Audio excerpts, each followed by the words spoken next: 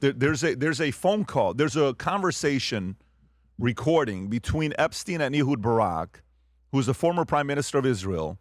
This is Mike Benz is narrating it, but there's two clips I want you to listen to, Rob. I don't know if you saw the one that says, get a board seat, $3 million. He's out. He's trying to find a way now how to make money, how to get himself, a job. And, Epstein is coaching the former prime minister on how to get a job, on how to make money. A little bit weird when this takes place. Is that what it is, Rob? Yes, sir. Okay, go for it. Person owes me. Yeah, okay. And so you got to work it backwards and say, here is my, instead of thinking about what the opportunities are first, because right now you're focused on opportunities. Yeah. I need you to focus on your okay. personal balance sheet in terms of competences. Listen, folks. What's your real strengths? What's the liability? One of the liabilities is you're 71 years old, so you can't be in a business. It takes 20 years to make money. Yeah. We have to make money in the next 3 years. So, people, competence, things. So, I talked to Ian yesterday. I asked him to come. Yeah. He flew in from London. He's great for an hour. What was his impression from the... So, same thing. Because he's very connected to Samsung. Very. Who? Samsung. Korean. Samsung. Yes. Yeah. Very. Yeah. They pay him $3 million a year. Just to make PR. Yes. He has 10 companies like that now. Oh. Okay. So he said there's this company called Lookout. He said he mentioned it to you. LOOKOUT. Yeah. You talk. Yep. He thinks they'll pay you a couple $1 million to be on the board. Yeah. That would be good. I understood. That'd be good. So Jeffrey Epstein is arranging And through his network of friends and people who likely owe Epstein favors for Epstein to then broker a board seat for $3 million or several $1 million to Ehud Barak. What do you think Ehud Barak's government salary was as the Minister of Defense $200,000 in Israel? The Secretary of War in the United States makes about $250,000 a year. Suddenly it goes to $3 million because you got a friend named Jeffrey Epstein.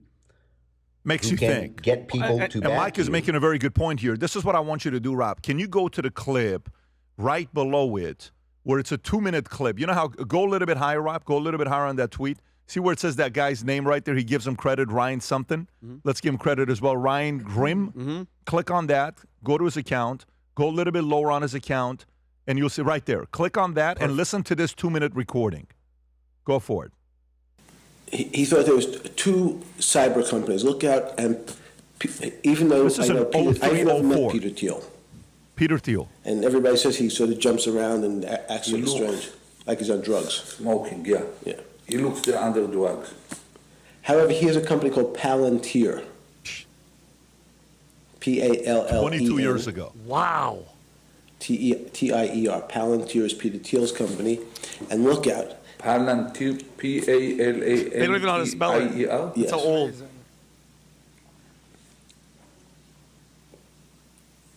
He's writing it How do down. I tell it? T-H-I-E-L-L-Y. T-H-I-E-L. L-L-Y. No. You can pause it here. And, Go ahead, Vin. and the great, I love the fact that they did this work. And earlier in this recording, Yeah. he says right off the jump too. He goes to Ehud Barak. Epstein goes, okay, so now you have to think like this: IOUs. Who owes you favors? Who owes you this? He goes, who owes you their life? So now you can play this game, and it's such a great audio because it shows exactly what Jeffrey Epstein was. He grabs all these people and how much power, what dirt do you have? And mind you, this was Ehud Barak. He was in charge of their intelligence in Israel. This isn't just a random nobody actor in LA. This is freaking huge, and I think it shows the web of what Epstein was about. I want to show this. This is the last thing I want to stay on this topic. And Tom, I'll come to you if you have thoughts. And Rob, I want you to show this email. Look at this email here. Okay, I just texted it to you. Look at this email here. Zoom in a little bit, Rob, if you could. Thank you. Hey, sent from phone. Unfortunately not. Okay, unfortunately not. You should make clear that I don't work for Mossad. Smiley face. You see it? You or I know that I don't. Yes. Smiley face. So, I mean, look, the claims that he was never part of Mossad or didn't work with them or collaborate with them, if you don't believe he did at this point of the game, you may work for Mossad. You know what I'm saying? That you may be there. And by the way, I don't believe that. No, I'm just yeah. So, no, but the point I'm making to you is, guess what Mossad's job is? To gather assets. Of course. And guess what CIA's job is? Same thing. Guess what MI6's job is? Same thing. Everyone, guess what KGB's job is? Every one of these guys that want to go out there, they want to get intel. So this guy was very useful to Mossad. And he gave them a lot of intel. But for him to sit there coaching him through how to make money, by the way, who's recording this? Jeffrey Epstein is at the dinner. Epstein is recording it? Yes. And they found this in the Epstein files. Yes. Of one of the 3 million files. One of the and it's and you saw on his phone, on Mike Ben's phone, it said Department of Justice.gov. This is a government released all of it. Correct. It's all stuff in the files. And by the time people are just scratching barely hitting the surface. Who knows what's in these 3 million files? It's forever. Tom, where are you at with this?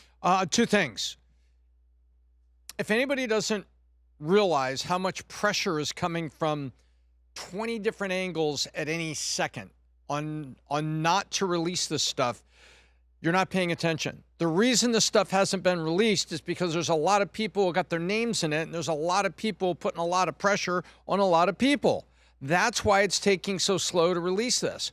Second, yeah, the FBI and the Department of Justice could say, well, there's victims in here. We got to take care of images. Good Lord.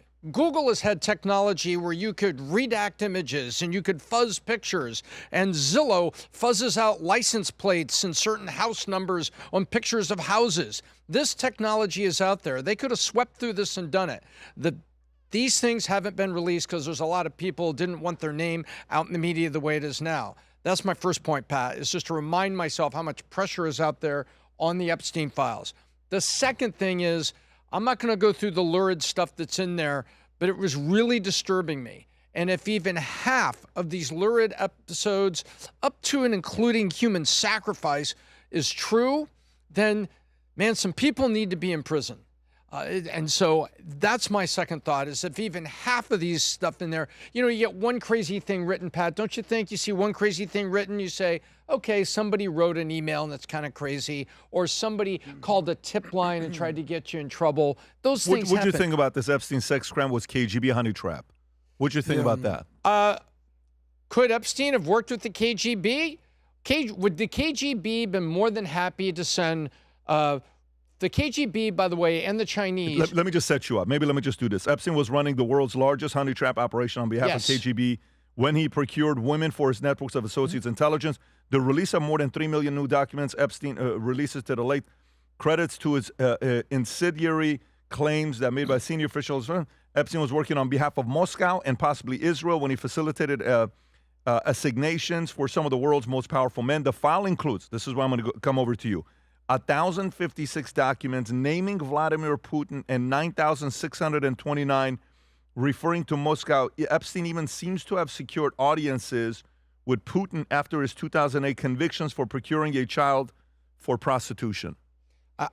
Do I believe it? There's so much in there that it's on brand, because KGB and China, they have long been known to use women to tempt Western diplomats and Western business leaders. That has been their play for a long time. That's been well known. It's well documented separately. So is it surprising to see that Russia and Putin and 9,629 references and 1,056 documents? No, that doesn't surprise me at all, because Russia has done this. And if Russia, Pat, if Russia looks at it and says, hey, this guy Epstein looks like he's playing for everybody's team and he's in for money in himself, do you think we can maybe get him and leverage him with some of our women, with some of the Western people we want to compromise? Yes, I think they would have done it. They would have seen, I think Russia would have seen Epstein as an opportunity, because this is what they in China have been doing with women for a long time. Ask Eric Swalwell about China and how they do it. Fang. You got something about it? Yeah, well, thank God for social media, because I don't know who said the famous quote, but everybody's going to get exposed at this point. Everybody. And in my opinion, I don't think any intelligence agencies all across the world will pay the price. These secretive intelligence agencies, this is what they do. Whether it's CIA, whether it's FBI, whether it's MI6, whether it's KGB, whether it's Mossad, they're all going to still continue to what they do. But who should be held accountable are the names that continue to pop up. Head of the list, Bill Clinton. Do we think anything's going to actually happen to Bill Clinton? I don't think so. Bill Gates, Larry Summers, Ehud Barak, Prince Andrew, all these people should be held accountable. So it's so funny to me, last point, this stuff has been known for decades. Decades. Why is this all coming out when Trump's the president? Because in my opinion, the left, who's been bearing this for years, they only have one singular focus. They want to bring down Trump. They don't care about exposing people's names. They don't care about the victims. They have such a fixation on Trump that their singular goal, their singular mission is to bring down Trump. And the most ironic thing, bringing it back to what is going to probably sue Trevor Noah, he's the one guy that seems to be the guy that never went to the island. If you're watching this, if you're cold like we are, and you want to wear a sweater, you just don't know what you want that sweater to represent, we have options for you, okay? We have an entire section because of the amount of messages we got saying we need hoodies with PBD Podcast on it, Future Looks Bright on it, and of course the Vinny, here am I, send me Faith Over Fear, the VT logo. You pick and choose. Ladies, Team USA, any of that stuff, and even the 250-year anniversary for US, go pick and choose. Wear your hoodies, put on the sport of Future Looks Bright, represent while you're going out there freezing your tail off. At least these hoodies will keep you warm and excited about the fact that we have this now set up for everybody. Rob, do me a favor, put the link below for everybody to go order, no matter what it is. Place an order for a hoodie for yourself, for your family members, for your friends, for your peers. It is definitely getting cold. 150 million Americans are freezing their tails off. And by the way, for those of you guys, the other 35% of listeners that don't live in America, I am sure it's cold where you are as well. So order a hoodie for yourself. If you enjoyed this video, you want to watch more videos like this, click here. And if you want to watch the entire podcast, click here.